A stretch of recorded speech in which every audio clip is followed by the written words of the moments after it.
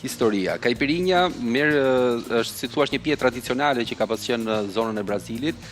Merr emrin nga fjala caipira, e cila është vendasit i thrasin zakonisht njerëzve të cilët jetojnë nëpër zonat rurale, domethënë të Brazilit. Dhe më përpara u ka pas pirë e ngrohtë. Pra siç neve përdornim kur ishim të sëmurë atë rakin me e ngrohtë me pak mjalë. Kurative, pije kurative, ata përdornin kashasën, e cila është aguardiente, është distilimi si thua i kallamit sheqerit. Dhe kanë pijen e tyre tradicionale, të shumë përhapur, tashmë normal është në versionin me akull dhe e kudo ndodhur, sidomos edhe nëpër lokalet e mishit. I japim ne temperamentin ton shqiptaro-ballkanas kësaj pije apo e lëm siç është? Jo, e lëm siç është. E kemi lënë kështu, ajo mund ta gjesh edhe në format, duke qenë sepse janë një vend i cili ka një tokë të begat, kanë fruta pafund, mund ta gjesh në mijëra variante me frutat e tyre ekzotike që kanë. Neve kemi preferuar që të bëjmë atë tradicionale, atë caipirinhën që kur shkoni edhe në ndonjë restorant, për ata që nuk kanë qenë në Brazil, por kush ka shkuar në për restorante braziliane që ka provuar mishin brazilian, kanë për herë caipirinhën si shoqëruese, e kanë. Për hapi oreksi apo shoqëruese gjatë drekës? Është një trecë e mirë, është dhe hapi oreksi, por është dhe një trecë shumë e mirë e mishit. Vazhdojmë, japim zjarr.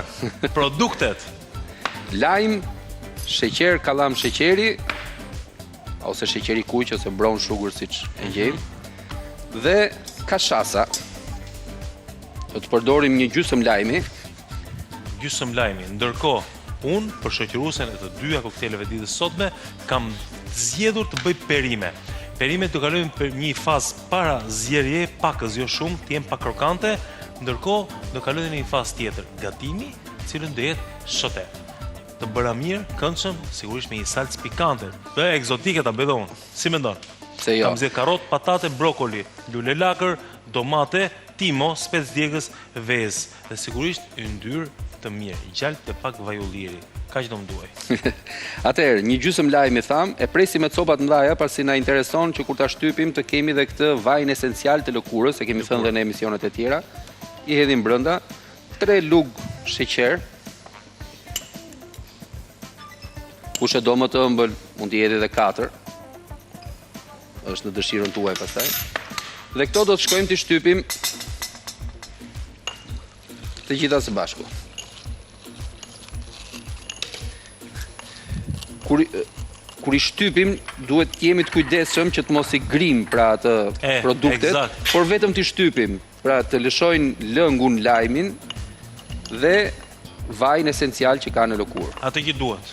Atë që neve na duhet. Marrim esencën e plot limonit, do me thënë, edhe nga tuli lëngun, po dhe vajin esencial si shotredi, atë esencën e mirë të limonit, të cilën përmban pjesa e jashtme. E mirë, e këndshme, e lehtë në shije dhe sigurisht shkon shumë me gjithçka ekzotike. Ndërkohë kam vënë ujin për zjerë. Pak akull kokër dhe pak akull të thyer.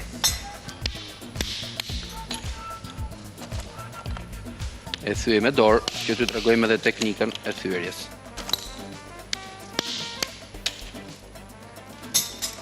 Pastaj do t'i hedhim kashasa.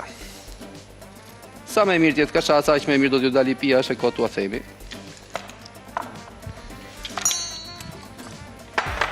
Por tashmë e gjeni edhe në për supermarkete, është e kudo ndodhur edhe kjo tek rafti i pijeve alkolike sigurisht. Përbëhet nga kallami sheqerit, alkool ka goxha? Po, është si me që në rakia jon, por 40% alkool ka dhe kjo, domethënë. Fermentimi i kallamit sheqerit. Po. Distilimi i kallamit sheqerit. E fermentohet dhe pastaj distilohet.